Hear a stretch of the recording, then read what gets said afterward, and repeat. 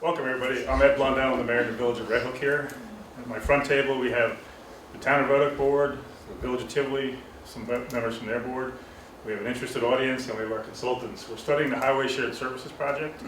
This is the second of our public informational meetings, and I'd like to introduce our consultants. Over here is Tim Wiedemann from Rundell Consulting and Peter Fairweather over here from Fairweather Consulting. And we have a lot of data to go through here tonight. And I think it's going to be interesting. We love doing it, and I think the audience will be interested to hear it. The goal is, can we save money? What can we do to save money? And if the consultants, if you want to jump in and get started. Sure. Thank you, Mayor Blundell, and thanks to all the committee members. Just quickly, raise your hand if you're a member of the committee. I know we have Sue and Harry from the town of Red Hook, and Teresa, highway superintendent from the town. We have Brent and Ed from the Village of Red Hook, and Jean Ann and Brian from the Village of Tivoli. I think that's actually, that's our whole committee, so everybody's able to make it here tonight. So thank you for attending, and thank you to the municipal boards for attending too. I'm going to walk us through this. The slides that I'll project up here are kind of background information, and I'll start with kind of an overview and an agenda for the day, and then I'll go through some of the material from our most recent report. I hope to finish well before 9:30 because I know that's very late. But we've got a lot of data we want to cover, and then we have some time for input from you all. So I'm pretty flexible and willing to take questions at any point. So if as we get to a topic you have a question, feel free to raise your hand and we can pause briefly and I can address your questions. I have one quick one. Could the Panda rep tell us, is the sound coming through loud enough, or should we mic him? No, it's fine. We're good? Okay, thanks. Great. Okay, so Mayor Blundell gave a quick intro, and I'll just reiterate that this is a shared services study looking at highway services between the municipalities of Tivoli, the Village of Red Hook, and the Town of Red Hook. Rondell Consulting, that's my firm, and Fairweather Consulting, that's Peter's firm, are the two consultants that were selected by the town to help with this study. We have a history doing this kind of work throughout the state, looking at shared services across a variety of different kinds of services, including highway services. The study is funded through a grant from the Dutchess County Municipal Consolidation and Shared Services Grant Program, which provided some funding to the town to undertake the study. So, our agenda for tonight, I want to go back through the purpose of the study. Mayor Blundell alluded to the kind of primary goal here, which is to identify ways to potentially save money on highway services by coordinating and cooperating between the three municipalities, but there's a little more to that goal that we'll unpack and discuss a little bit. I'll quickly review the overall study timeline and process just to make sure everybody, if you weren't there at our first kickoff meeting back in April, that you can understand where we are in the study process, and also that there will be some future opportunities for input as well as we get further along. We're not done. This is not a final presentation. This is an interim presentation. And then we'll review what really is the baseline for the study. That's the report that we've been working on for the last couple months, called the Existing Conditions Report. It looks at the existing highway services structures and the provision of highway services in the three municipalities as a baseline to start the conversation about what are the opportunities to share services and look at ways to reduce cost or improve quality. We've been going through an exercise as a committee and in conversations with the municipal departments about strengths, weaknesses, opportunities, and threats as a way to kind of think about what is the future hold for the departments and how that might influence opportunities for shared services and coordination. And so we'll ask for your input as part of that as we go through today's session as well. We have a little exercise. For those that have been at some of our past meetings, you know that I'm a big fan of Post-it notes. So I brought a stack of Post-it notes, and I'm going to ask you to complete some notes on a Post-it note to share your thoughts on strengths and weaknesses of the municipal highway services in the region with us. And then we'll answer some questions and provide you with a roadmap of future meetings that you can come out to, and also with some ways to stay in touch between those public meetings. So, brief overview of the goals and objectives of the study. Really, it's kind of an intersection of several different goals. Any municipality these days is confronted with the challenge of rising costs, but less and less of a kind of pool of tax base to draw from in order to support those costs. And so there's this continual struggle to figure out ways to reduce the cost of services without necessarily cutting services wholesale or eliminating services or greatly reducing the quality of those services. And at the same time, it's incumbent on boards at the village and town level to make their citizens informed about the trade-off that's involved between quality, and cost. And so it's really a threefold study that looks at all three of those elements: cost reductions, improvement of services, informed local decision making to get to a more efficient and effective municipal government. So the goals of the study: reduce costs. That's kind of the obvious one that comes to mind most when people think about government efficiency. The title of the grant program from the county includes that term, and it's usually most frequently in people's minds about reducing costs. That is one of the study goals: find ways to reduce the cost of highway services for the town and the villages. But in addition to that, it's also about improving services. It's looking at ways to finding ways to expand the quality of services, improve the quality of services through greater coordination between the three municipalities. And then inform a discussion, and that's where we hope that tonight's meeting, with your input and then folks that are listening in on Panda, that we can start a discussion within the community about highway services and what the future looks like and what opportunities there are to improve those services and reduce costs.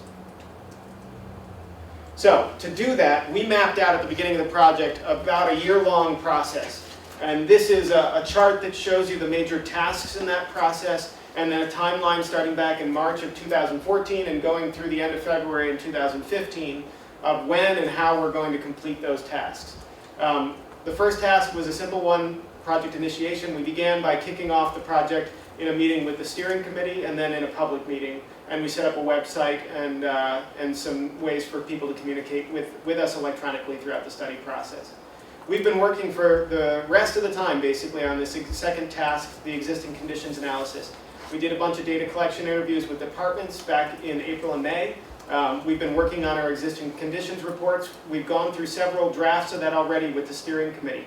And so we're now here in September presenting the draft final version of our existing conditions report to get your input on some of the topics, which I'll summarize here tonight.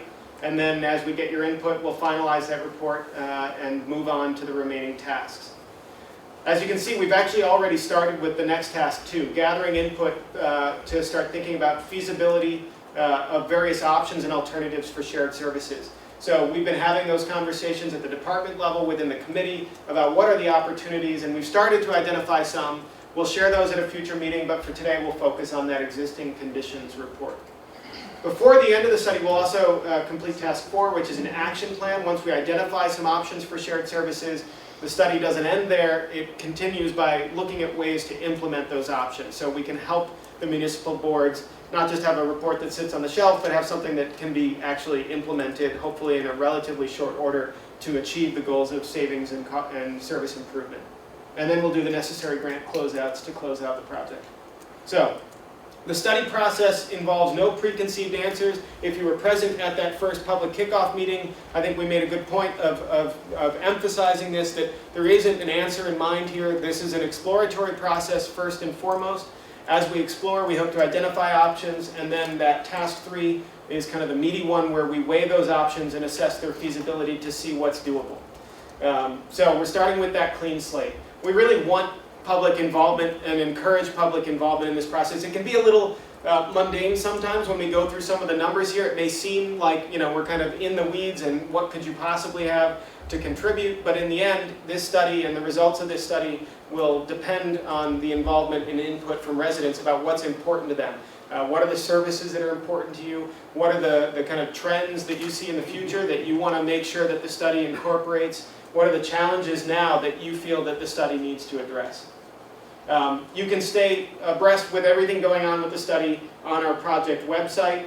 It's this is the link, it's kind of long, but http://redhook.rondauconsulting.com. Notice there's no www, it's just redhook.rondauconsulting.com.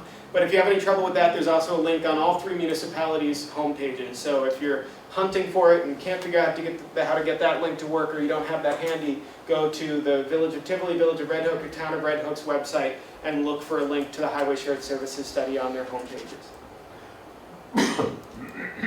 Okay, so with that overview of the process, tonight is really about talking about this existing conditions report. And assessing those existing conditions really are the first step in a study like this. Peter and I are familiar with Red Hook, not just because we live just across the river and are this is in our home turf area, but also, you know, we're familiar with highway services through work we've done in other communities. But every community is a little different. And so this is an important step for us to take, to meet with each department, to talk with the representatives from each community that are on the steering committee, to hold some public meetings, to gather input about what the lay of the land is for highway services in Red Hook, Village Town, and in Tivoli. So that's what this report aims to do.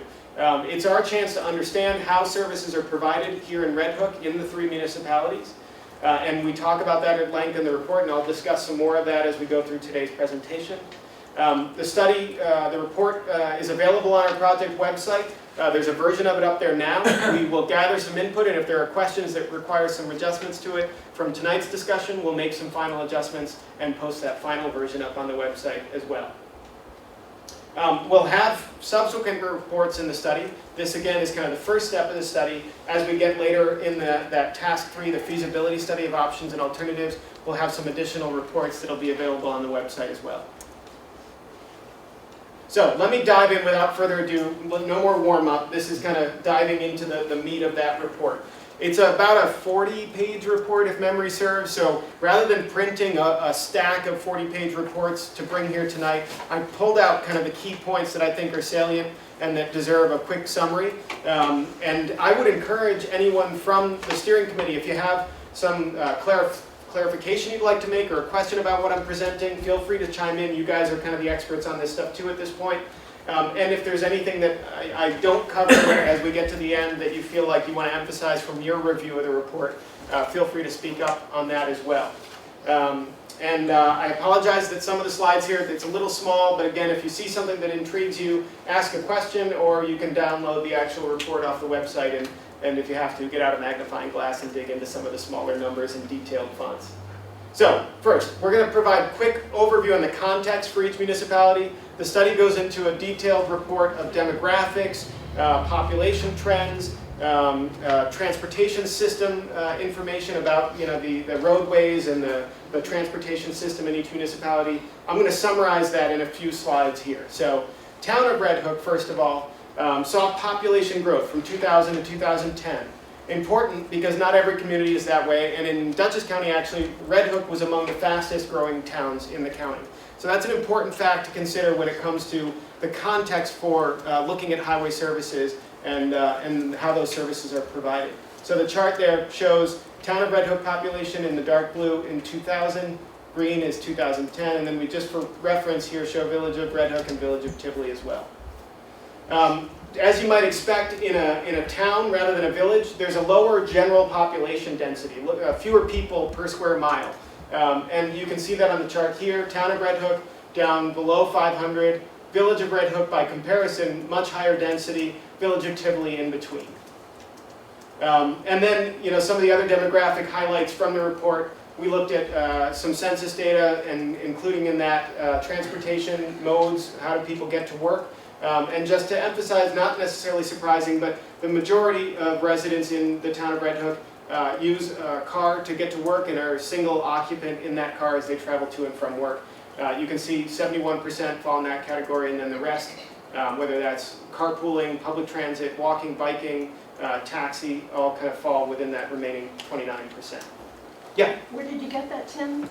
Did I miss, where did you get those numbers? These are Census American Community Survey figures. So American Community Survey reports data over a sample for a period of time, and I believe this was 2005, does it say on there? Or 2008 to 2012. So quick snapshot, more in the report. Context then, skipping ahead to the Village of Red Hook. As I mentioned in the slide before, population density much higher in the Village of Red Hook compared to the town of Red Hook for sure, but even higher than the Village of Tivoli. That's important because higher population density means different things for streets and roadways than lower population density. And so we've talked about this within the study committee, but it's important as a kind of pretext or a kind of a foreshadowing here, some things that we uncovered as we started looking into the services that are provided by the highway departments, which I'll get to in a minute. But it's worth just noting that that higher population density means that streets and roadways need different kinds of treatment in that village area. There's a relatively high proportion of state highway mileage in the Village of Red Hook. So if you look at the composition of the roadways in the Village of Red Hook, you can see that 63% of them are what are called local miles. Those are miles that are maintained by the local municipality, the village in this case. 19% are county miles. So 19% of the lane miles in the village of Red Hook are actually county roads. And then 18% are state miles. So that is kind of an unusual mix, a larger percentage of county and state highway miles in the village of Red Hook than in most villages, and certainly different than the breakdown that's in the other two municipalities. Tim, is that mislabeled? It is, I'm sorry, that should say village of Red Hook. Okay, I'm sorry. okay. Yeah, I typoed. Yep, that should say village. And so that's the composition in the village. Okay, thank you. So again, means of transportation look very similar to the town.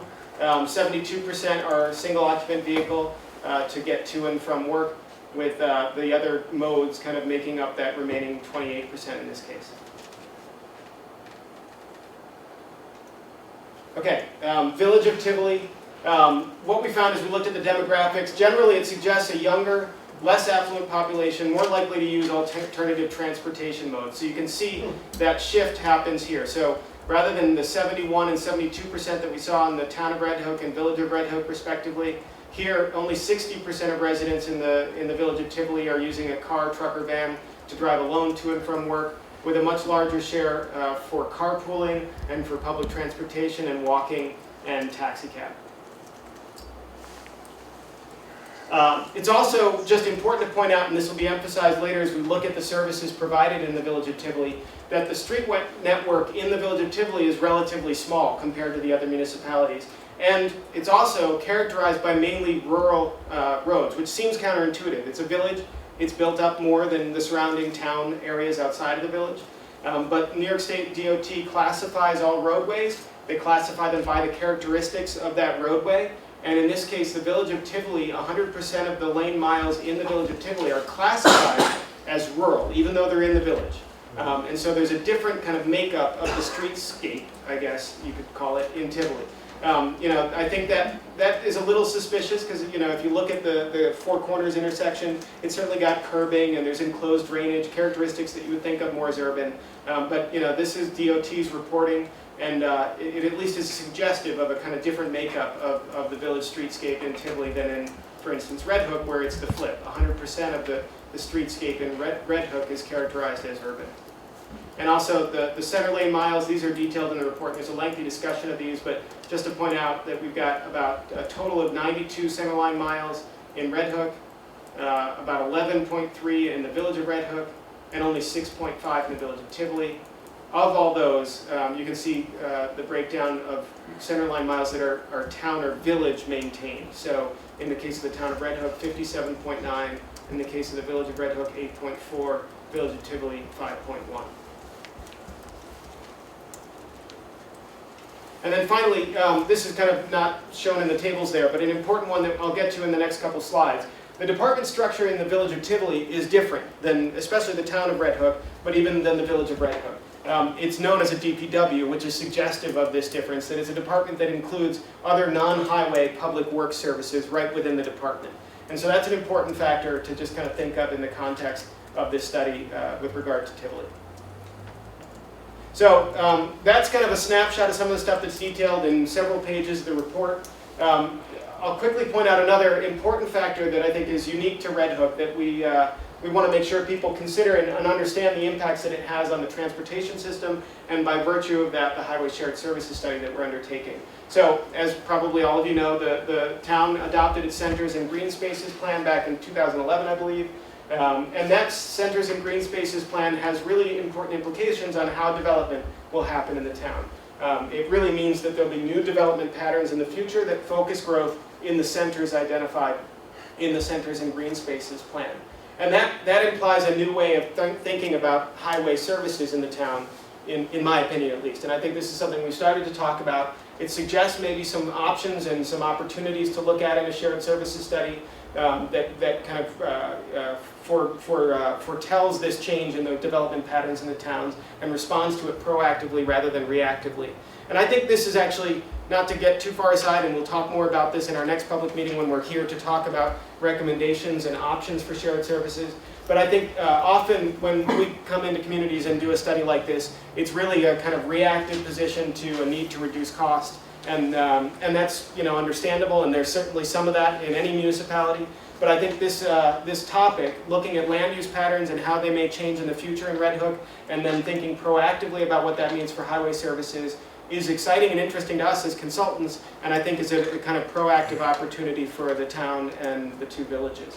So we'll keep our eyes on this and think about how it can influence highway shared services in the future in the three municipalities.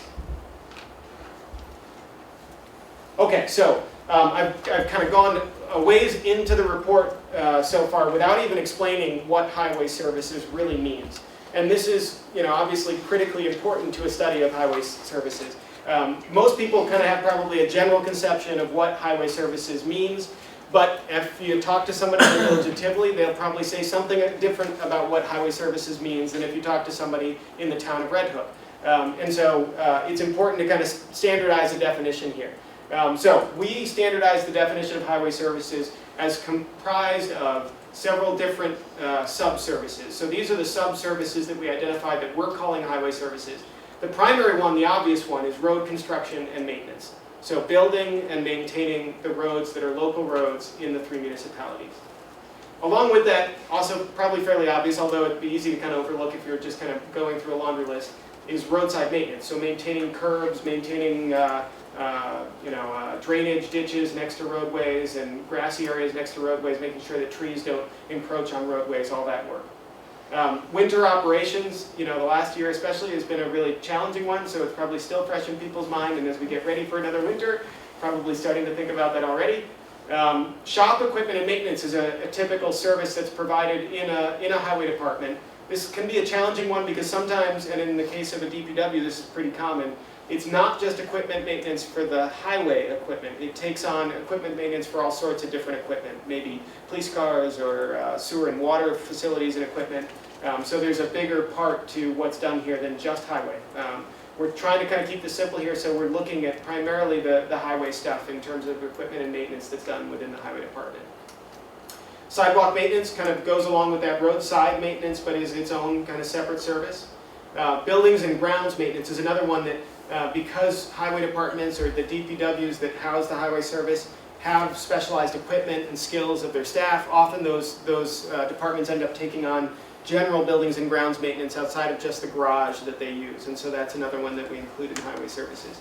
And then important not to overlook the fact that all of this needs to be administered, and so there's typically a layer of administration, a department level administration, in addition to or to complement the general municipal administration that happens through the board and the clerk and other individuals. So you'll notice kind of in the background here things we are not including in this definition of highway services. Parks maintenance, water, sewer, all of those are what we're calling non-highway services. And so in a lot of cases, and especially in a DPW like Tivoli has, they may be kind of lumped right into the services that department provides. But for our study, they're not highway services, they're non-highway services. So this will be emphasized here as we go through the departments and how they're structured in each of the three municipalities. And remember, it's about the service, the highway service, not the department. We are studying highway services and opportunities to share services in highway. We're not studying just kind of departments generally because we'll see that there's a difference in those departments. So a little small, so I'll explain what this is. Town of Red Hook, the structure of the department is this dotted line. It includes several services, those that we listed on the last slide as highway.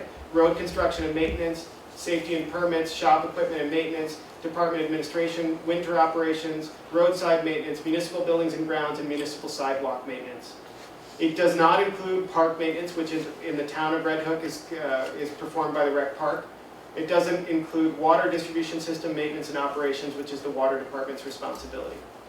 So that's the structure in the town of Red Hook, a highway department that provides exactly the core services that we're thinking of as highway. So in a sense, the way that this works and the easiest way to explain it is that for us, in this study, highway services means those services that the town highway department performs. Now, as we look at the villages, there's a little bit of a different structure, and so we needed to note that. The highway department in the village of Red Hook performs all these 8 blue boxes, which are the same services that the town highway department provides. But in addition, the Village of Red Hook's highway department does some parks maintenance, does some water distribution system maintenance and operations, and does some beautification and refuse collection, garbage collection. So those are what we call non-highway services in this study. They're performed by the highway department in the Village of Red Hook, but they are non-highway services in this study. Village of Tivoli has the broadest department, the Department of Public Works, covers those 8 core highway services, plus parks, water, beautification and refuse, and sewer. And so this kind of summarizes the different structures. Again, an important kind of baseline item for us to all understand as we look at shared highway services in the municipalities. Highway services means those 8 blue boxes that are the core services provided by the village or town highway department, and that are provided in some form by the villages, but in addition the villages provide other services in those departments. Okay, is that clear? Okay, so with that definition, the report then goes into a snapshot of what the structure and the delivery of those services entails in terms of personnel, equipment, facilities, and vehicles, and then goes into a detailed budget snapshot. So we'll walk you through each of those, and I have about a slide for each to summarize the report's findings. So, who delivers highway services? We looked at the personnel in each department, and so remember, for now, this is department level personnel. So just like I mentioned before, for the town of Red Hook, the department is highway services. For the 2 villages, this is going to include some personnel who do things in addition to highway services. So for now, we just kind of have to accept that. That's the different structures of the departments. But let's look at these figures. So in the town of Red Hook, there's 1 elected highway superintendent, that's Teresa, plus 1 appointed deputy superintendent and 1 part-time clerk. There are 10 full-time highway employees. And then there's a bench of part-time employees, 15 in this case I think is the most recent number, that are available as needed, never kind of used as a whole, but usually 3 to 4 I think are used during the winter for snow plowing operations. In the Village of Red Hook, there's 1 working foreman, 1 additional full-time highway employee, plus 1 part-time regular employee, and then a bench of part-time employees that are available as needed, primarily again for winter operations. In the Village of Tivoli, simpler, smaller structure, 1 working superintendent and 2 full-time DPW employees. So that's the composition of the staff at the department level. Again, remembering that the numbers that are here for the Red Hook Village and Tivoli Village, oops, sorry, typo there, that should be a total of 3. But there's a total of 2 full-time employees in the Village of Red Hook, and then a total of 8. 1 of them is a regular part-time employee, so really there's typically about 3 employees in the town, the Village of Red Hook, and those 3 employees do a lot more than just the highway services that we listed on the last slide. And as we look at the Village of Tivoli, again, 3 employees total, but I know from speaking with Jim that a large part of his time is sewer and water, and so again, the department includes that as its structure, so we include those numbers here, but you got to remember that not everybody here is doing highway services all the time. Tim, could you just give a snapshot, or maybe Teresa, of the responsibilities of your clerk within your department? What does she do? Yeah. It's mostly data entry, purchase orders, answering the phone when we're not around, keeping track of complaints and things like that. We'll give her the information, she'll put it into the computer program, so. Does she handle any of the communications that come down from the state or the Fed with regards to highway inquiries or No, something? no, That comes from you. yes. Thanks. And so what you'll see is that, I think it's a good question. It's not necessarily clearly identified in the chart here, but what I think we characterize with the staffing at the town level rather than the villages is that the town has an administrative personnel. It has Teresa as a superintendent, it has a deputy superintendent, and it has a part-time clerk. In the 2 villages, all of the administrative activity falls onto the shoulders of the superintendent for the highway or for the DPW in Tivoli and the foreman for the Village of Red Hook.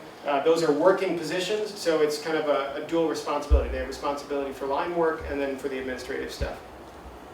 Okay, so that's the quick summary of the personnel involved. Summary of equipment, vehicles, and facilities. The report goes into some detail here, and I'm sorry because there's a lot here, so I'll quickly summarize. We have a table in the report that takes the value of the assets and categorizes them by asset type. So We've got some values associated with machine shop equipment, brush tree control and landscaping equipment, road repair and maintenance equipment, vehicles and vehicle equipment, special snow removal, and then general office equipment. In the departments, the vehicles make up the largest share of assets for each of the municipalities. And so the town has several dump trucks, pickup trucks, a couple tractors, front-end loader, backhoe, road graders, chipper, trailers, a bunch of stuff. And we list those in the report. Village of Red Hook has some pickup trucks, sand truck, a garbage truck, a backhoe. Tivoli has 2 dump trucks, 2 pickups, a backhoe, and a superintendent's truck and trailers. So we go into some detail about those. The point here is to kind of set a baseline again for thinking about equipment, whether there's some redundancies and duplication in equipment, and whether there might be opportunities to share equipment in the future. Facilities, obviously another big area of expense, kind of long-term expense in terms of upgrading or renewing buildings. Something that the town has gone through relatively recently in coordination with the Village of Red Hook in building the new highway garage. And so right now, in our kind of discussions with the 3 departments, facilities were deemed to be generally sufficient to meet the current and near-term future needs of the departments. And so that means that what is there now is deemed to be kind of, especially in the Village of Red Hook, Town of Red Hook, new and able to handle the need that's there now and anticipated in the near future. The town and the Village of Red Hook share the highway garage that's behind Town Hall. The village still has its old garage. You use it for storage and for other non-highway needs. And then the Village of Tivoli maintains its own garage for its DPW. Okay, so that's the summary of the equipment, vehicles, and facilities. Now the report goes next into expenditures by each of the municipalities. So this is looking at how much is spent on highway-related services in each of the 3 municipalities. The chart there says a few things that are worthy of note and that the report goes into more detail on. First of all, this is looking at the period 11 years from 2002 to 2012. It's charting the total expenditures for highway-related services in each of the municipalities. The bottom line here in gray is the Village of Tivoli, the next one up is the Village of Red Hook, and then the one at the top here is the Town of Red Hook. First thing you'll note is that the expenditures in the 2 villages is somewhat lower than at the town level. So town is kind of hovering at the beginning here just below $1 million in terms of expenditures annually for highway-related services, whereas the villages are down in the $250,000 or below. You'll also note that there's kind of some spikiness in the lines, and the spikiness is an indication that there's variation in expenditures from year to year. And so that's one of the key kind of observations that as we looked at this data, realized that that spikiness is something worth keeping an eye on and paying attention to. So we noticed that there's that fluctuation year to year, and in fact a kind of steep fluctuation. You can see a spike here in 2011 in the town, which we know from conversations with the committee corresponds to the year in which the town highway garage was built. So there was a major capital expenditure in that year. And that's what we found as we explored these spikes, these kind of fluctuations from year to year. In each case, we found that there's generally an explanation of those variations. They include things like periodic replacement of major equipment or facilities. So in one year, there could be a major capital purchase for the replacement of a backhoe or a truck that causes a spike in that year's expenditures. It's also the timing of road construction and reconstruction projects. I believe it's in Tivoli that there was kind of a period of time where CHIPS money was accumulated in order to do some projects. So the year those projects hit, those expenditures were higher than in previous years. And it can also be weather events. There were several of those in a couple of these years. Hard to tie them directly to a spike, but they're certainly responsible for increases in sand and salt consumption or in overtime consumption in any given year. So just as a note, this is data from the New York State Office of the Comptroller. It's based on the locally reported figures that come out of each municipality's AUDs that they file annually with the Comptroller's office. So that fluctuation, all those lines come from this chart, this table of data. So we've got the Town of Red Hook, Village of Tivoli, and total expenditures in 2002, 2003, all the way up to 2012. I put that there because just to reemphasize, the expenditures they fluctuate from year to year. We feel that as we're thinking about what's the cost of highway services in each of these municipalities, we have to kind of take into account that there isn't a single year that's the best indicator of what the true cost of those services is. So we think that sometime in the recent past is probably a better indicator of what the true cost of highway services are in each of the municipalities. but it's not perfect. If you look, for instance, at 2011, you can see that the town's expenditures for highway were over 2 million, whereas in the previous year, they were only 1.2 million. So there's a big jump there. And if we took 2011, we'd be taking kind of an outlier. So we wouldn't want to take that as the actual cost of highway services for the town. And so instead, what we did is we calculated a simple weighted average over these 11 years to provide an estimate of the annual cost for highway services in each of the 3 municipalities. And this is what we came up with. That the town of Red Hook has a weighted average expenditure per year of about $1.3 million. The village of Red Hook has about $266,000, and the village of Tivoli is down at about $92,000. So you can see kind of decreasing here. Population obviously is smaller in the village of Tivoli than in the village of Red Hook, than in the town of Red Hook, so that's driving some of this. Lane miles lower in the village of Tivoli than in the village of Red Hook, than in the town of Red Hook.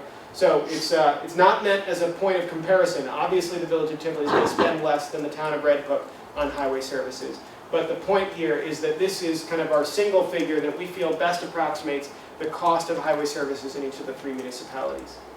So now let's talk about some comparisons that the report goes into. So first thing is to compare to some similar municipalities. So rather than comparing the town of Red Hook's expenditures to the village of Red Hook or to the village of Tivoli, which are smaller and are geographically and kind of in terms of land use very different, we decided to compare the town of Red Hook to other towns in the Northern Dutchess Alliance.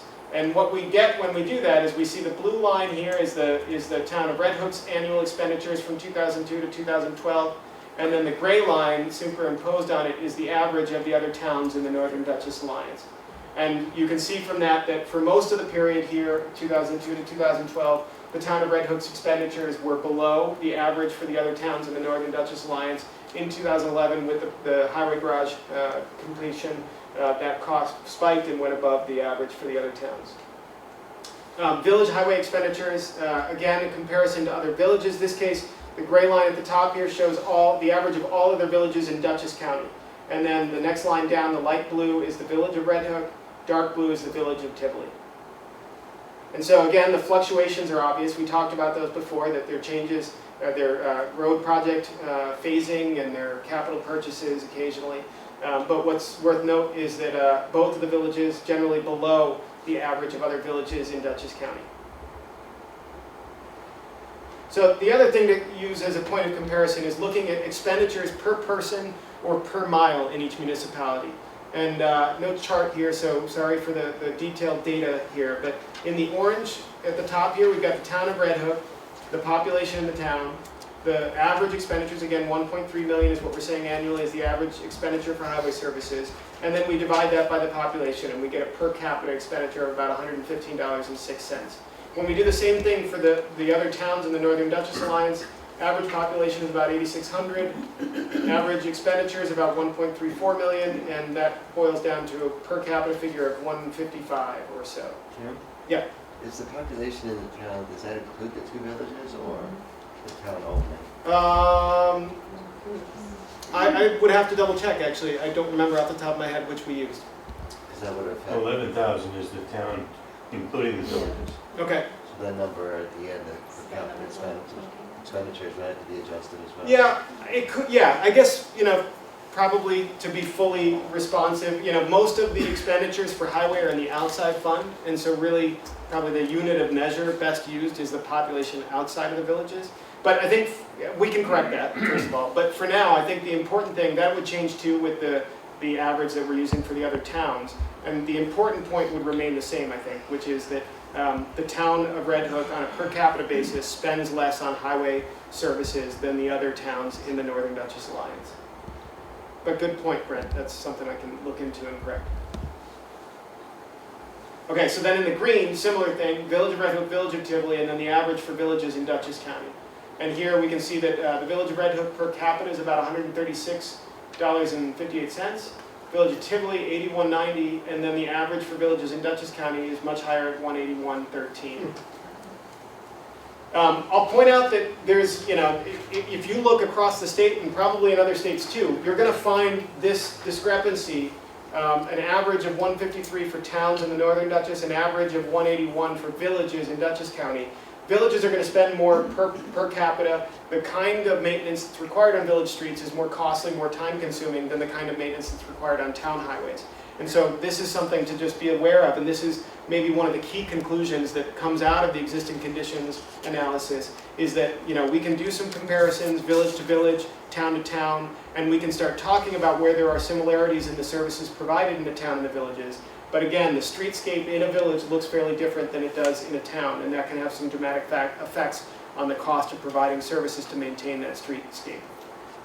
One final thing on this slide. In addition to per capita, it's sometimes useful to look at how much is spent per lane mile. And so again, we've got the town of Red Hook and the average for towns in the Northern Dutchess Alliance. Red Hook has 58 miles of locally maintained roads. Average in other towns in the Northern Dutchess Alliance is 66 miles. And we take those expenditures, those weighted average expenditures, and you can see that the town of Red Hook, given its relatively low miles, actually has a slightly higher per mile expenditure than the other towns in the Northern Dutchess Alliance. Village of Red Hook, Village of Tivoli, same calculations here in the case of Village of Red Hook, 8 miles, 5 for the Village of Tivoli. On average, villages in Dutchess County have 8 miles of roadways. On average, in the county, villages spend about $50,000 per mile. Village of Red Hook spends under 32, and Village of Tivoli spends just about 18. Yeah, Harry. Weighted average expenditures, does that actually weighted for what? Don't you just mean average expenditures for the 10-year period? Well, what we did is we took weighted because we wanted to say that the expenditures in more recent years are probably a better indicator of what it is today than something in 2002. So you gave them all weight? Yeah, we gave them all, it was simple weighting, so what we did is it was 11, 10, 9, 8, 7, 6, 5, 4, 3, 2, 1, all the way back, just to kind of make more preference on the more recent So years. weighted is accurate? Yep. Okay, so that gets us some useful information, again, as baseline, and I think it's important to note that we're not trying to say that 115.06 per capita is good or bad, and especially not trying to say that, oh, look, 115 is less than 136, therefore the town of Red Hook is doing something magical that the village of Red Hook should just start doing. It's not that simple. The streetscapes and the services that are provided are different in those two municipalities, and so we need to look further within the study to see if there are some opportunities there for shared practices or for shared services that would help to either reduce the cost in the village of Red Hook or do something to improve the quality in the two municipalities' services. Okay, so a little more on cost of services, though. The report goes into some detail about the fact that cost of services, those weighted averages that we just talked about, are a little misleading because there's a lot of things called indirect costs in a municipal budget. And those are costs that are not allocated to a particular service, general administrative, general government stuff. The classic example is liability insurance for the municipalities. That's usually just a single line item somewhere in the budget. It really is a shared cost, though, for all of the operations of the municipality. And so in some sense, that's an indirect cost that could be allocated to services. And so in the report, we talk a bit about this, and we come up with a method to calculate those indirect costs using a factor that's based on highway expenditures as a percent of total municipal expenditures. And this is an imperfect method. It's kind of an approximation, but it's the best that we can do because in New York State, municipalities are not required to do this kind of calculation in their budgeting or in their financial reporting. And so we come up with a factor, and then we use each overhead item, for instance, liability insurance, we find the budget item for it, and we multiply the factor for highway shared indirect costs by that amount, and we get the highway department's share. And so this table is out of the report. We can see that in the town of Red Hook, we find that highway services consume about 34, almost 35% of indirect costs. In the village, it's about 14%, and in the village of Tivoli, it's about 12%. And so that's, this is a quick summary of a really kind of complicated concept. So if you have questions about this, I'm happy to answer them, but also there's more details on this in the report. Yeah, Eric. Sorry, I keep bugging you. No, that's okay.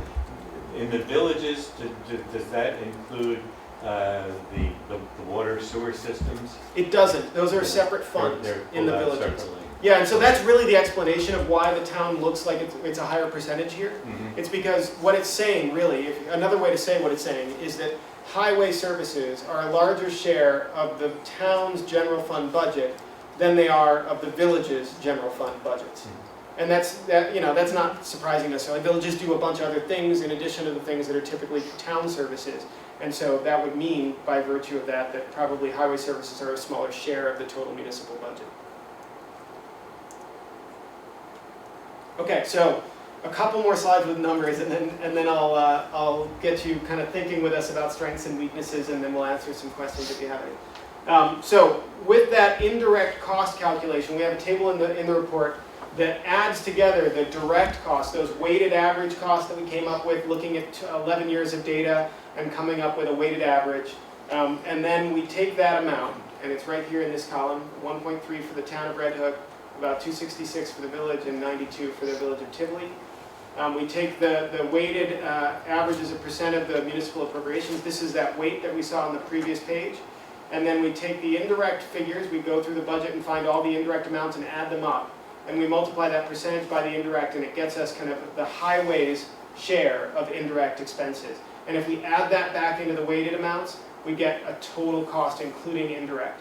And so that brings them up a little bit, but you can see it really changes very little in terms of the relative amounts. So it says that if we look at indirect in addition to just direct expenses for highway for the town, we end up at about 1,461,000 instead of the 1.3. And then for the village of Red Hook, we end up at about 324,000. For the village of Tivoli, about 104,000. And then in the report, we also talk about the per capita figures that arrives at if we use those numbers. And so this is an exercise that is important because I think it's useful for people to understand that highway services consume a part of the general operations of the municipalities. And that's important as we think about what the true cost of highway services is. That if we didn't have highway services, there would be a kind of corresponding share of some of those general services that the municipality provides that would no longer be there as well, and so we need to account for that. So these figures in the report, they provide what we call a full cost estimate for each municipality's highway services, including those indirect costs such as general administration, insurance, employee benefits, all of that stuff. Finally, when we defined highway services, we said that it's a collection of several different discrete services and related activities. We said road construction and maintenance, there's also winter operations, and a whole list of other ones. It's very useful for a study like this to not just say highway services and mean all of those things, but to be able to divide it up into those separate categories. Because when we start talking about options for shared services, we may see some real promise in, say, snow removal.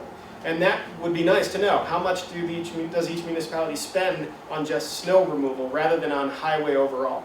And so it's a nice to know. It's important if we're going to look at those individual services. But in the case of all three municipalities, record keeping at that level of detail is not typically done. And in most municipalities, it's not typically done.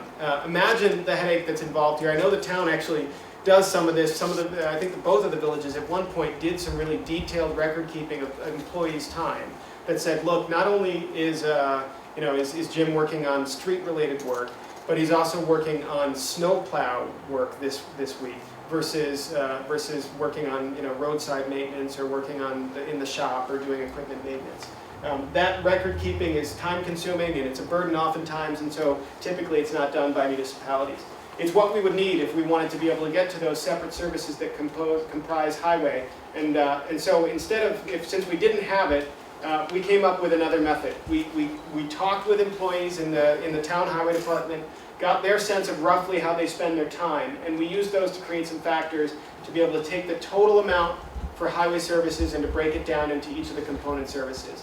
Small font here, but we've got Town of Red Hook, an estimate of the cost of road construction and maintenance, snow removal and ice control, roadside maintenance, sidewalk maintenance, equipment and vehicle maintenance, safety and permitting, buildings and grounds, and highway administration.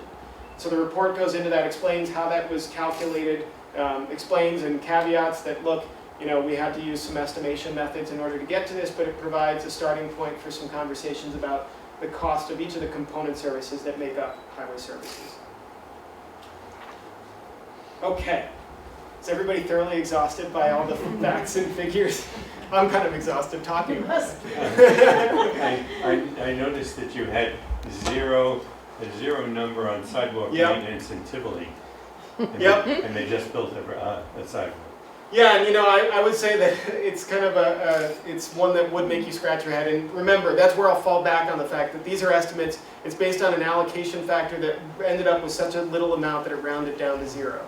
And that doesn't mean that it's actually 0. This is because we don't have really good data. I don't think the Village of Tivoli has asked its DPW superintendent to track employees' hours working on sidewalk maintenance versus the other stuff they've done. So we have no way to really calculate it. Well, it was done with an outside contract. Well, there was a capital cost, right? I mean, there was a project there. Yes. But this is trying to look not at just, that capital cost, but at the long-term ongoing operations and maintenance. Okay. Maintenance means once every 10 years, I think. Yeah, this is, I'll admit, this is fuzzy math in here. These are fuzzy numbers. And so, Okay. we want them in the report because we want to have some basis to kind of think about the relative costs of each of the services that make up highway services. But I'll warn you right now that you're not going to see in the final report something that can get down to an estimate of, okay, roadside maintenance really did cost $132,585, and now after a shared services option, it's going to cost $129,420. We don't have the data to get at that level of specificity with the savings that are involved here. But I think it's good to have some basis to be able to look at this and to say, look, for instance, road construction and maintenance is the most expensive thing done within the highway department. That makes sense. I think that resonates kind of intuitively. Snow removal and ice control is a close second. That also makes sense. And so I think we have some rough estimates that we can use for purposes later in the report. The town sidewalk maintenance number, I can't come to terms with. Well, that's because there is a line item. There is a budgeted line item in the annual budget for the town. For snow removal, and the sidewalk. Yeah.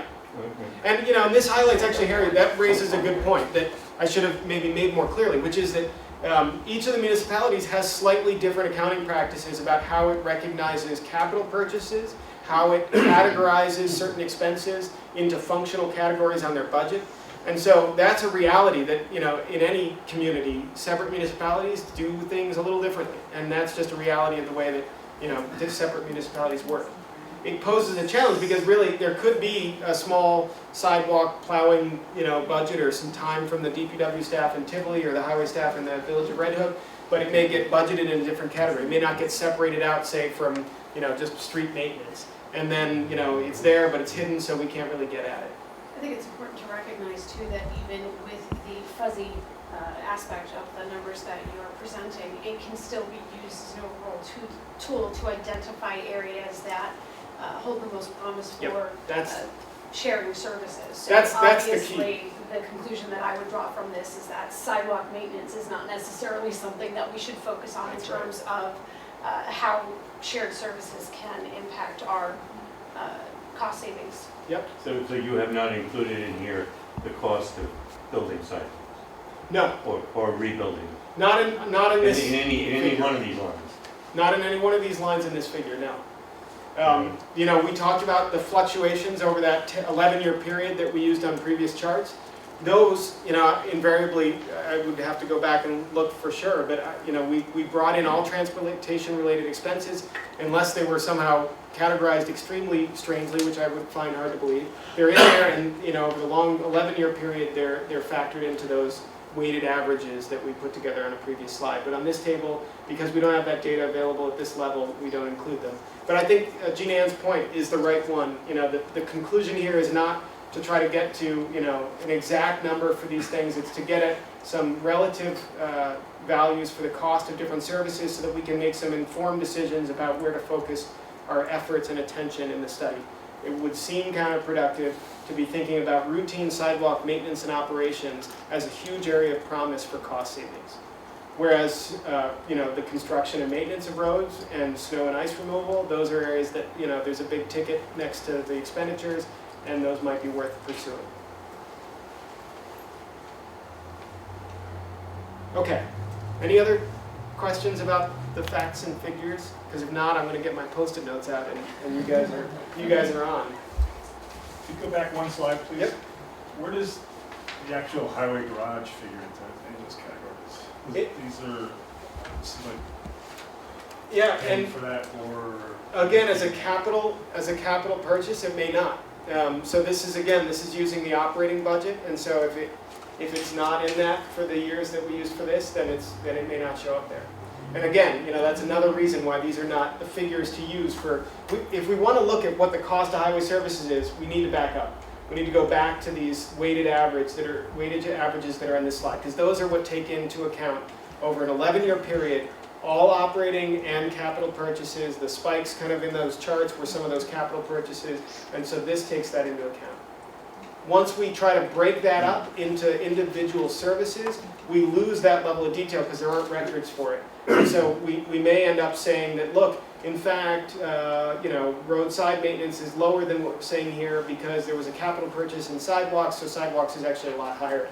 But that's a level of detail that the records just aren't there to help support. So we did our best to come up with some ballparks so that we can make some decisions about where the big tickets are, and then we move on from there.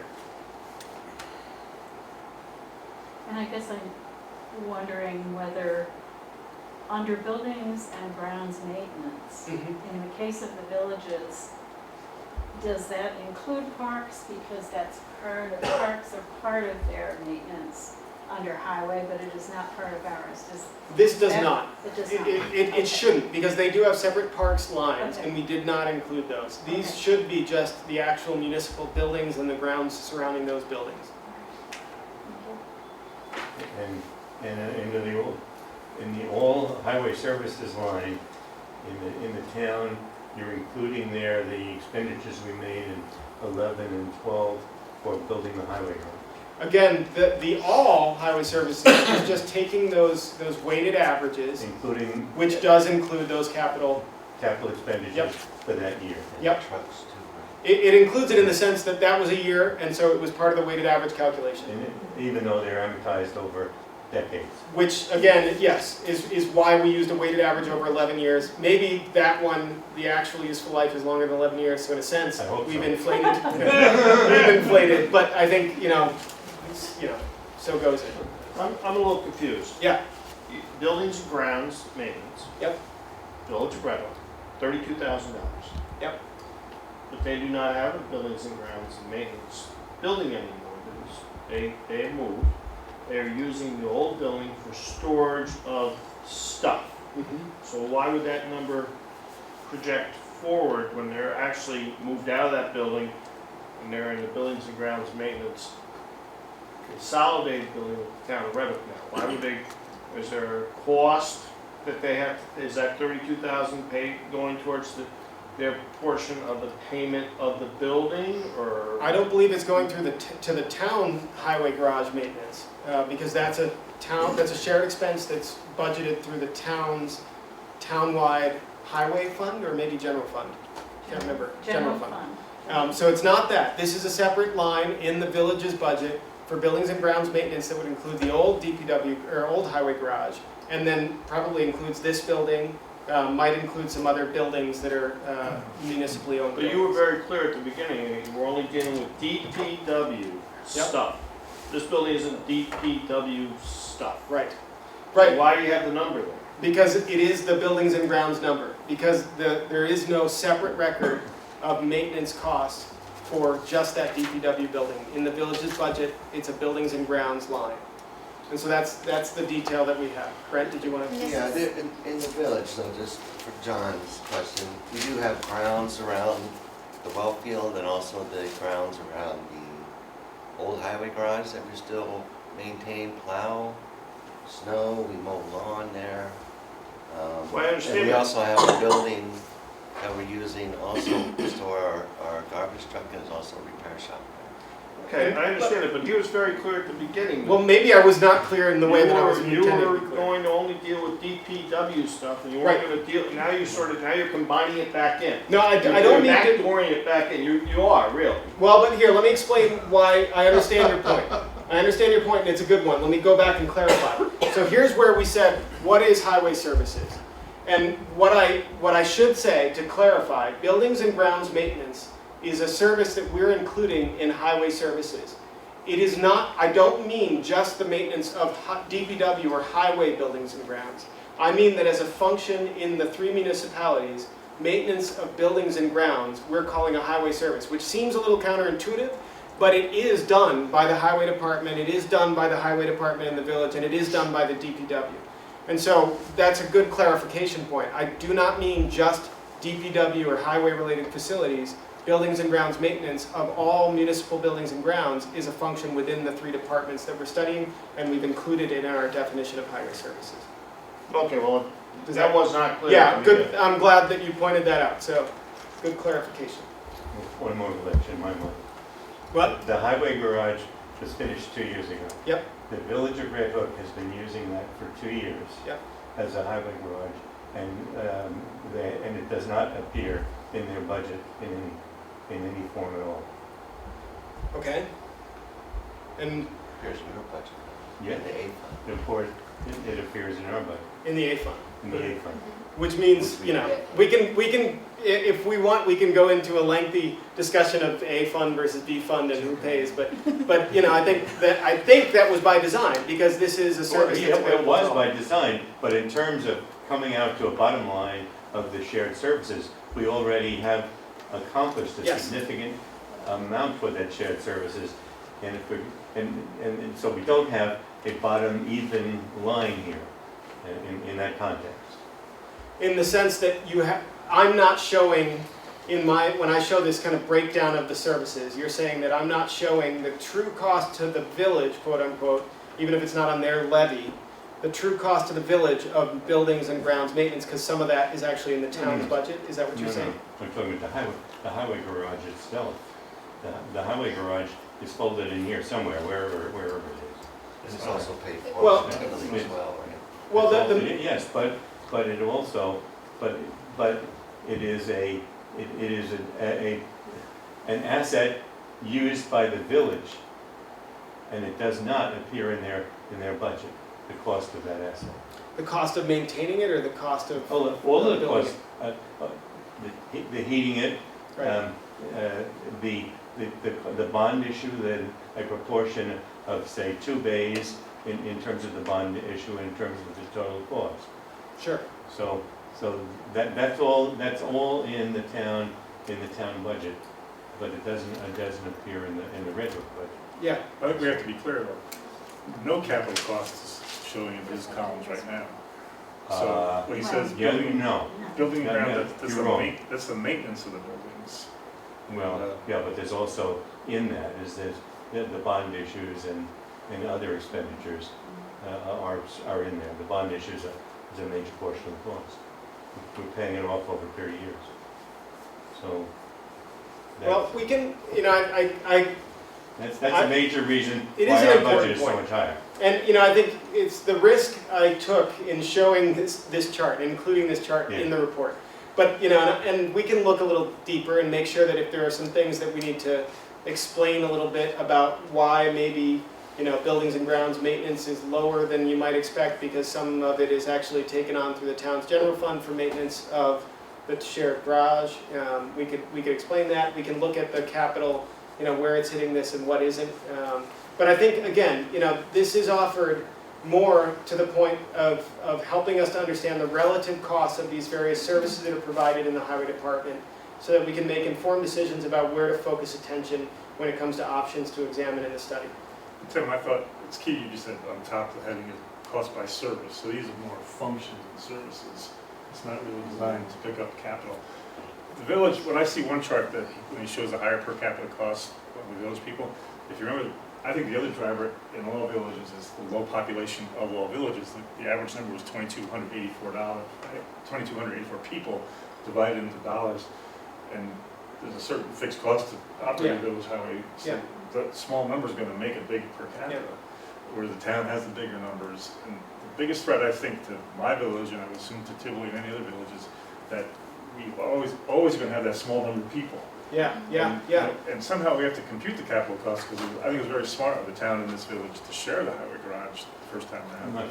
But where we're going to see spikes that we have to avoid in this village is when we have to buy a new truck. Like they had to, when you see them spiking, that's the garage and trucks they had to buy.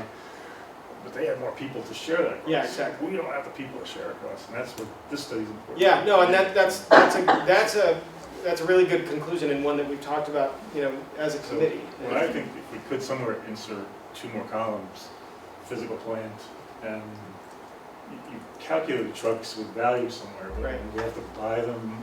I'd like to see them somewhere we can compare it, something like. Sure, like an amortized kind of annual cost for All of capital. our equipment is amortized. Yeah, So I don't know whether the villages actually amortize their equipment. Well, when it's- they buy it's- them, don't I would know. assume somewhere it is. It's a matter of really, is there an amortization schedule somewhere that somebody can get to us? That's the real challenge. And if there is, then we can take that and we can create a list and come up with some figures to say, look, right now, given the equipment that is owned, here's the annual amortization expense that is carried by each municipality, and use that as a way to talk about, look, this could, this is a big part of the overall cost of highway services. It can fluctuate, and in the future, it's an area where there could be savings if there's opportunities to do purchasing together and keep that amortization lower. So we can work on that as a committee, see if we can get that stuff from each municipality and then include that in here, Mayor Blundell. I think that's a good idea. Okay. Yeah, a question from the audience. I didn't see where recycle and trash removal fit. Yeah. Did you?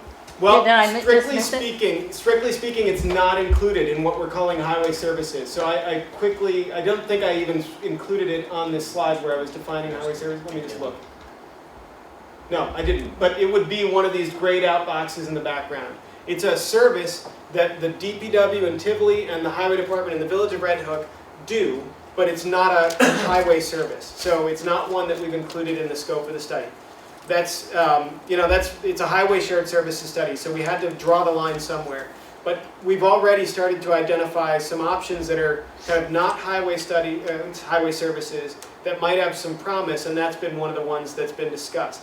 I know there's also, a history with the town and the village, or the 2 villages working on garbage collection together, and I think that's something that, we've talked about as a committee, and, we'll see. We're at the point, as this report is completed, where we want input on what are the options that we should be looking at as a committee. And so if that is something you feel should be on the table, we can at least take that into consideration. Now, I'm sensing that it is. Yes, it is. Okay. Okay. Fairness, he doesn't have it in the grayed out boxes, but it's certainly on this village's mind. We don't have the intention of foregoing that. And I wouldn't ignore, cooperating or coordinating with what we have in the town of Red Hook. Yeah. Yeah. Okay. Now, Yeah. I know that they work pretty good together already. They share fuel, I believe. They have one fuel depot, buy the fuel together. I don't know what, I think there was talk about a backhoe that they were gonna buy with another town. I think Pine Plains at one time. I don't know where that stands. But you should have a little thing in there stating, these are the things that we were already doing to try to keep costs down. And Yep. one of them is the new town highway garage, where we consolidated 2 DPWs together into one building, Yeah. into a more energy efficient building, and more building that is more usable to fix things and repair things, etc. Yeah. No, it's very important. So these are, that you should show attributes also. And these are the things, and then you should have a list of things where we would like to see to consolidate, because I haven't seen that at all. Yeah, and that's what we're headed to next. But your point about what's already being shared and what other arrangements have already been made is perfect material for this report. And we know it, so we can include it pretty easily, and that's a good suggestion. Any other general questions? Okay. Finally, I get to hand you some Post-it notes. I've been waiting for this moment all night. Okay, so what I'm going to ask first is so that we can get a perspective from each municipality, at least that's represented here in the audience. First thing I want you to do is, raise your hand if you live in the Village of Red Hook. Okay, put your hands down. Raise your hand if you live in the Village of Tivoli. Okay, raise your hand if you live, wait a minute. Oh, I live in both. Oh, you do? Yeah. Okay, if you live outside of either of the 2 villages, raise your hand. Okay, yeah, sorry, I should have given the options ahead of time. So we have a few from each of those 3 kind of categories. what I'd like to do is say, let's have the folks that live outside of the two villages come up here next to me. And the folks that live in the village of Tivoli go towards that post-it note over there. And the folks that live in the village of Red Hook go towards that post-it note back by the window. So I'm supposed to go to the Tivoli? You have to choose. You live in Tivoli, Harry. Come on, Harry. Come on over here and join us. You live in the village too. All right, so since we have a little uneven weighting, you'll all note that if you live in one of the villages, you are also a town resident, right? Everybody understands that. So I'll give the option for anybody who's in one of the village groups, if you would like to come join the smaller 3-person town group, feel free to do so. No pressure though. I'm going to come around and I'm going to give each group a few pink post-it notes, and then the assignment is up here on the slide. The assignment is to identify in discussion in your group. You don't have to all agree. I'll give you enough post-it notes that if you want to just work on your own, you can do that, or if you have your own thought and nobody agrees with you, that's okay. We want you to record on the pink post-it notes things that you think your highway or DPW department could do better. This is not a reflection of, anybody feeling like, oh man, they're not any good. It's identify the things that you think they could improve.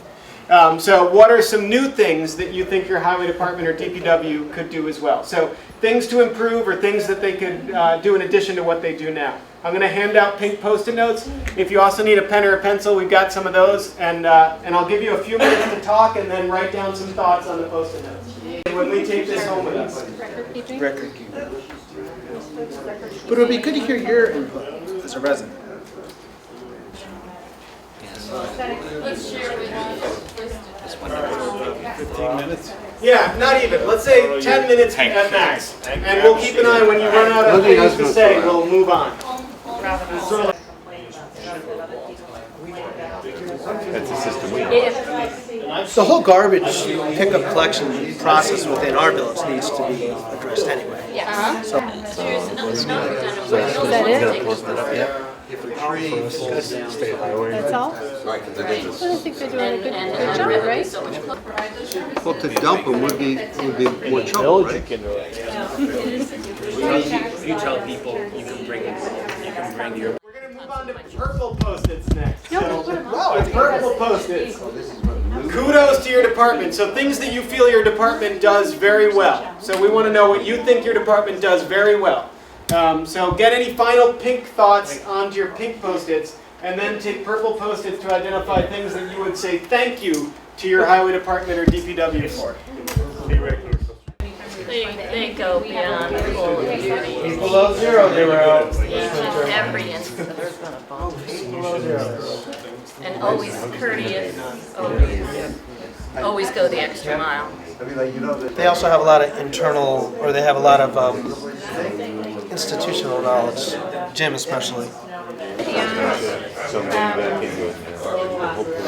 It's not just about the response, it's about job immaculate. I like that. All right, a couple more minutes on what does your department do really well. Snow plowing, snow plowing, winter. So if they don't have my rain, then I know it is what's in the ground.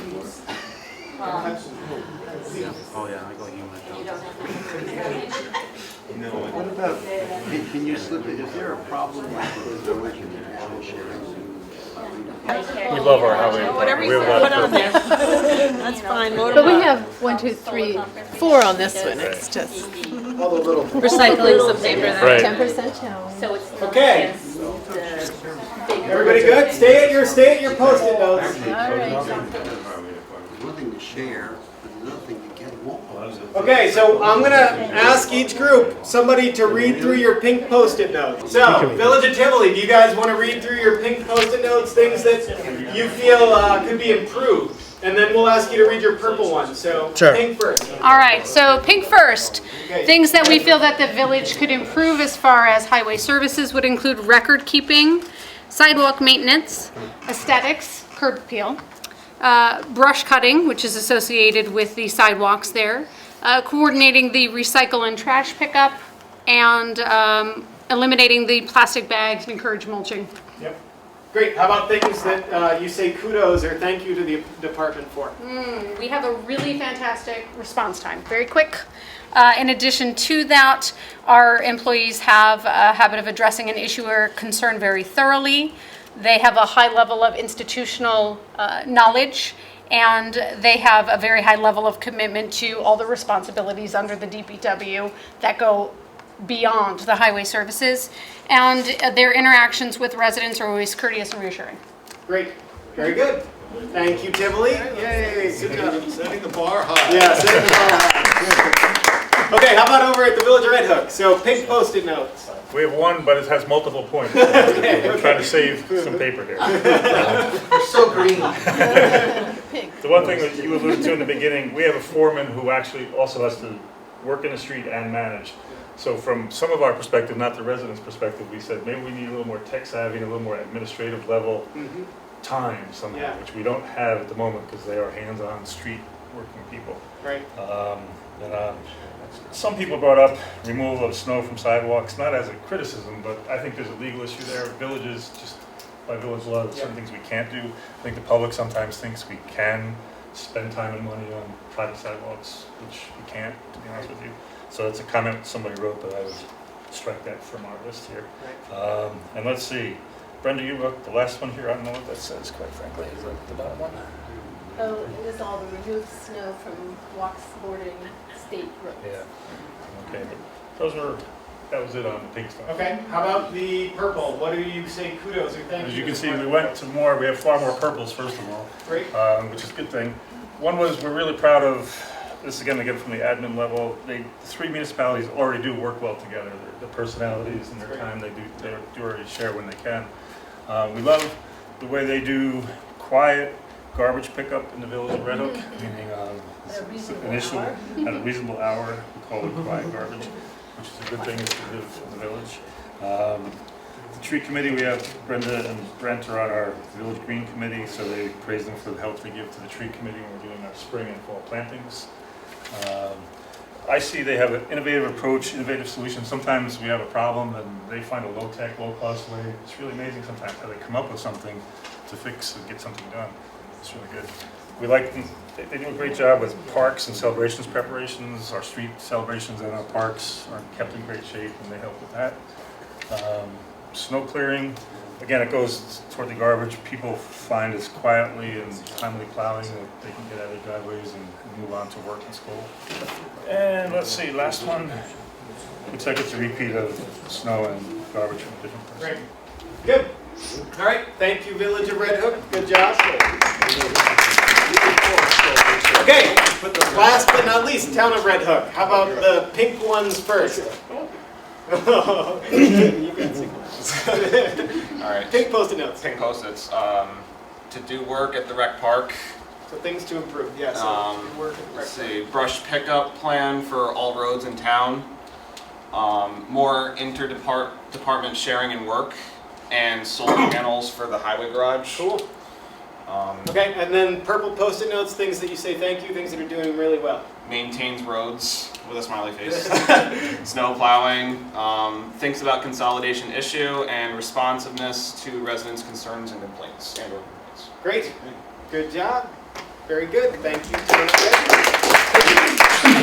So I realize that kind of feels a little silly as you're doing it, but I think it really is important for us. I think we kind of did a similar exercise at the first public meeting talking about hopes and concerns for the study, and we have the report from that up on the website for the project if you want to look at the summary of the input we got from that session.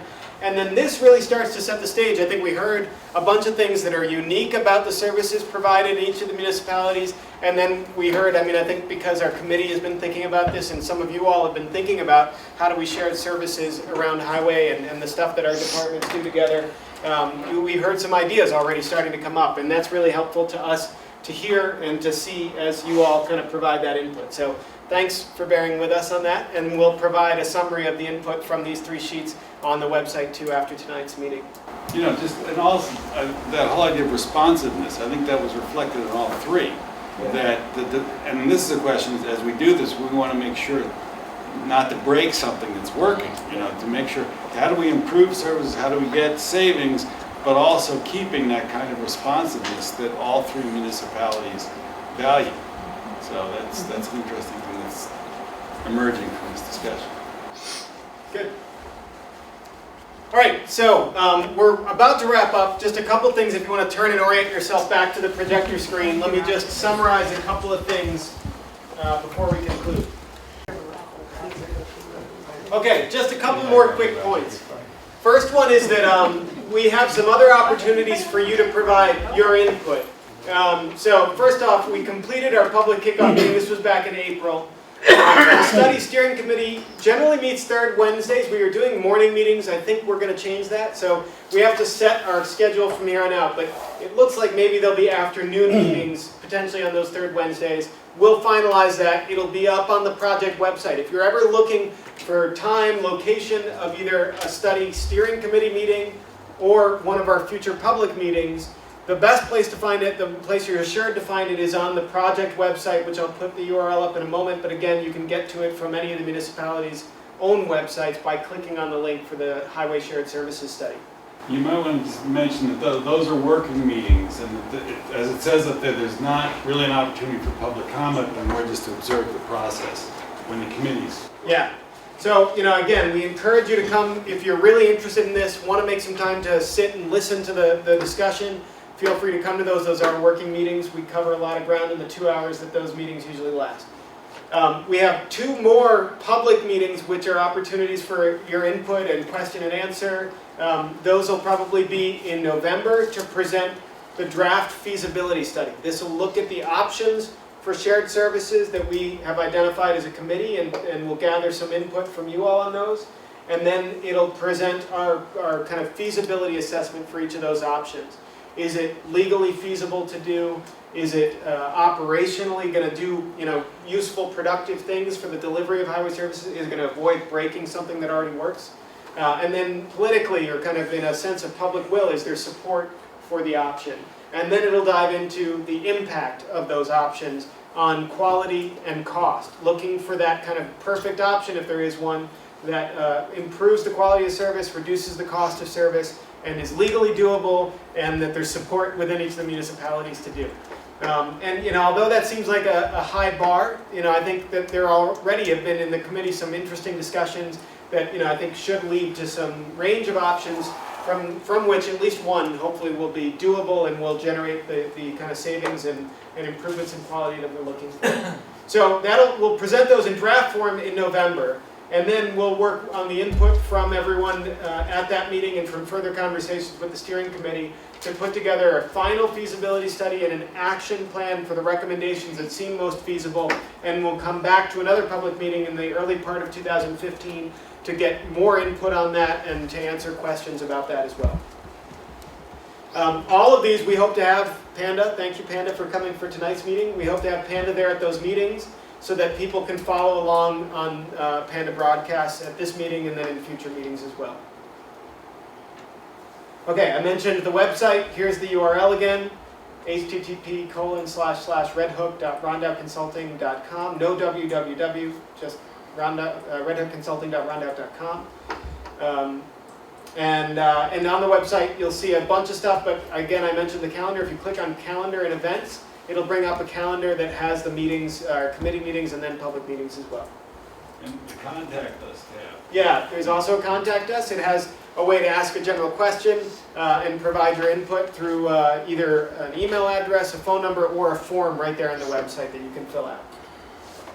And I'll also point out that the study document that we've pulled most of the material from today's presentation from is in project documents. So if you go to the website and click on project documents, you'll see a list of documents. Included there will be the existing conditions report. That's the report that we have summarized at tonight's meeting. All right, and that's about it. Any other questions that we can answer? Yeah, in the My back. question, just a suggestion. When you had your map up of the town, Yeah. I'm assuming the dark green were lands that were under conservation easement or state parks. I think so. You might want to look at that map and make sure it's properly updated. I could not tell. It Yeah. could be, but it was kind of small from back here. The Kalina Farm, I believe, I'm not sure, is now under yes, I'm getting a yes, is under easement. And the Gregg Farm is under easement also. So you want to make sure that they're on the map. And I don't know if there's any other lands the town supervisor. It's a good point. I mean, we took that from like 2009 draft version of the Centers and Green Spaces map, so I'm sure it's actually it's outdated. So I'll update it. That would prevent primarily a zoning map rather than a preserved property. Yeah. Oh, was it? Okay. But yeah, well, that's a good call. We'll update that.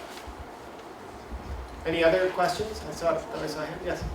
Well, Peter, you had a lot of input in the Centers and Green Space Plan. You know all the process over 10 years, where I think everybody in this community tried to think in terms of maintaining the integrity of the 3 municipalities and doing things that would benefit the citizens in the town. And Centers and Green Space may have addressed a little bit of that. Early on there was a thought that, or direction to the intermunicipal task force, that they might have one planning board, in the whole town.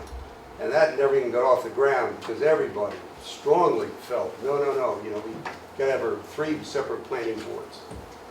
I think though the reality is, as you're doing this shared services study, that there's become, like, not a whispering campaign, but you will hear from citizens in the community that the logical extension of what we're really looking at is this word consolidation. So that's a bad word. It's on that board over there, but nobody said anything about it. Whether you're going to address it in your report, I don't know. I mean, many of us, frankly, get pretty heated when we start talking about that. So it's a very charged area, but what's the reality? That if you want to really share services and reduce costs, that you may have to just have one department for the whole town. Yeah. So I don't know, are you going to address that, or is it something that we just put aside maybe for further discussion, or is it something that's got to be addressed? We haven't arrived at a point where we've ruled out any options yet. I think the committee has made clear the direction to us, and we support this in the work that we do. We feel that it's time to eliminate options only when the preponderance of facts suggests that it's not feasible or that it's not going to help to achieve the goals of the study. And so we haven't gotten to that point yet. So I think, stay tuned for more conversation about that. I think I would say that, that there are, that the goals that are set out for the study do not entail consolidation. There are ways to pursue those goals short of consolidation. And so I think you will certainly see some options that we'll look at that do not involve consolidation. It might be good to say that in your report and make some reference to it. Well, but the other thing I don't want to let go of, we shouldn't let go of, is one of the values of doing this study structured the way it is you can sort of walk down the road and see how it works. And there may be value to say, this is what we recommend. And further, we recommend that if this succeeds, 5 years from now, you should think about a consolidation. It's conceivable that you might see recommendations like that. But again, I think the value is by sort of having everything on the table and looking at the different functions, we can start to say, where are there good fits that can move things forward? And you don't have to get into the C word right away, but if things start to come together, then it could be that there may be a long-term recommendation. Say, all right, here's the benchmark. If you get to this point and no one's screaming it, it's worth taking the next step. It's a lot less abstract and a lot more concrete. Because the thing that we find in these studies is really difficult. If you go, all right, we're separate now, and in 3 years we're all going to be consolidated together. It's kind of, people's heads explode because that's a whole new world. Whereas this process is going to talk about alternatives that could lead to that. But as Tim said, it doesn't have to. But, I think there's a lot more potential in doing it this way. Because, Red Hook, you guys, you do things right here. I mean, we work all over, and I believe it or not, I talk about Red Hook all the time as a place where you may not notice it on a day-to-day basis, but long-term, the ability of these municipalities to work through and muddle through problems is really key. And I would see that's a real strength that Tim and I are excited about here. That we can think big because we know how to do the small things. And that this process is going to be about getting the small things right to see where that leads.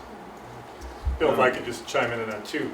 One of his early slides said there's no preconceived end game here. And I think that's the truth. The committee, we want the data, and then I would love to run some models. And there is one chart he didn't show where you show overlapping services now. Those of us that looked at it might recall it.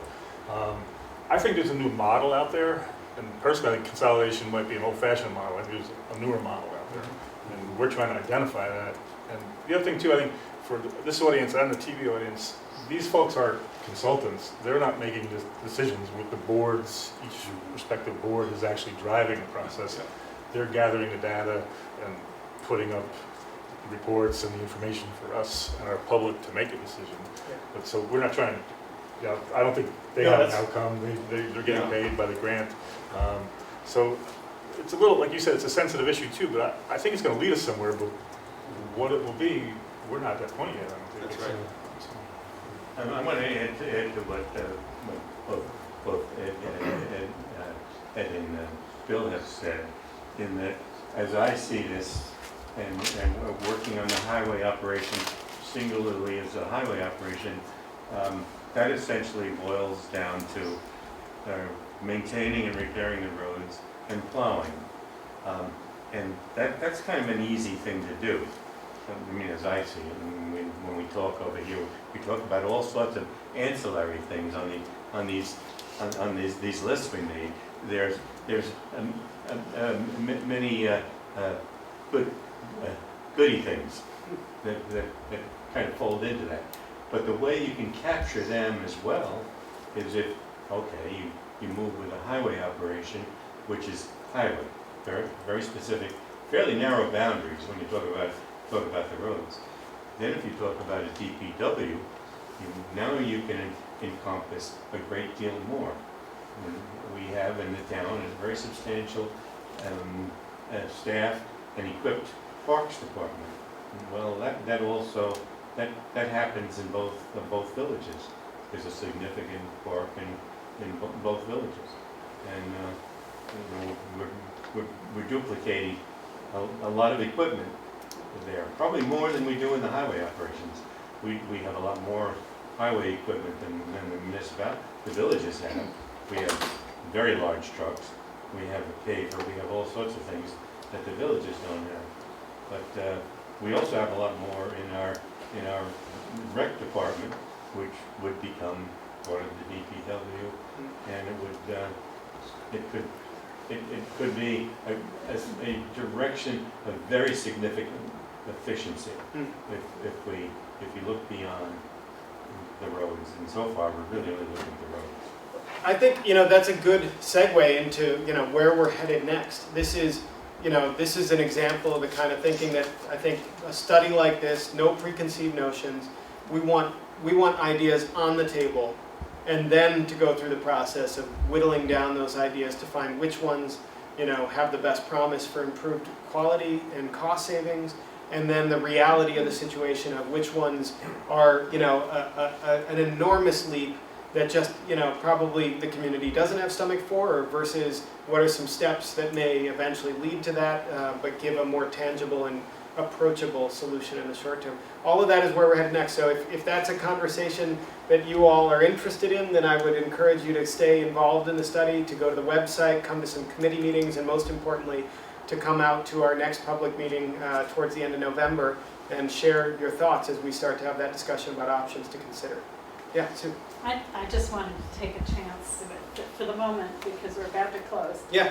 To first of all thank each and every member of the boards that are represented here for taking that leap of faith with us, joining us in the application to take a look.